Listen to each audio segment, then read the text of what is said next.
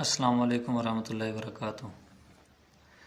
ذی الحجہ کے پہلے عشرے میں بال اور ناخن نہ کاٹنا، یہ حضرت سیدنا ام سلمہ رضی اللہ تعالیٰ عنہ سے روایت ہے کہ نبی کریم صلی اللہ علیہ وسلم نے فرمایا کہ جب تم ذی الحجہ کا چاند دیکھو اور تم میں سے کسی کا قربانی کرنے کا ارادہ ہو تو وہ اپنے بال اور ناخن کاٹنے سے رک جائے۔ یہ مسلم شریف کی حدیث ہے۔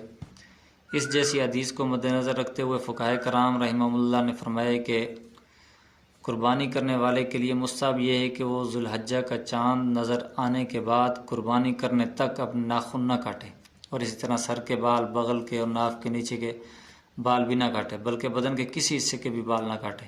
لیکن یاد رہے کہ ایسا کرنا مستحب ہے، ضروری نہیں، لہذا اگر کوئی ایسا نہ کرے تو قربانی میں کوئی خلل نہیں آتا۔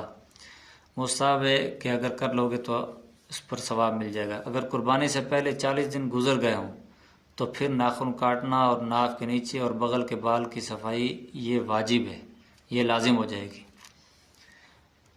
یہ صحیح مسلم میں حدیث نمبر 1977 ہے، اسی طرح مرقات میں بھی موجود ہے، اسی طرح در المختار میں ہے، قربانی کے مسائل و احکام کے اندر، اس کے اندر بھی یہ مسئلہ موجود ہے۔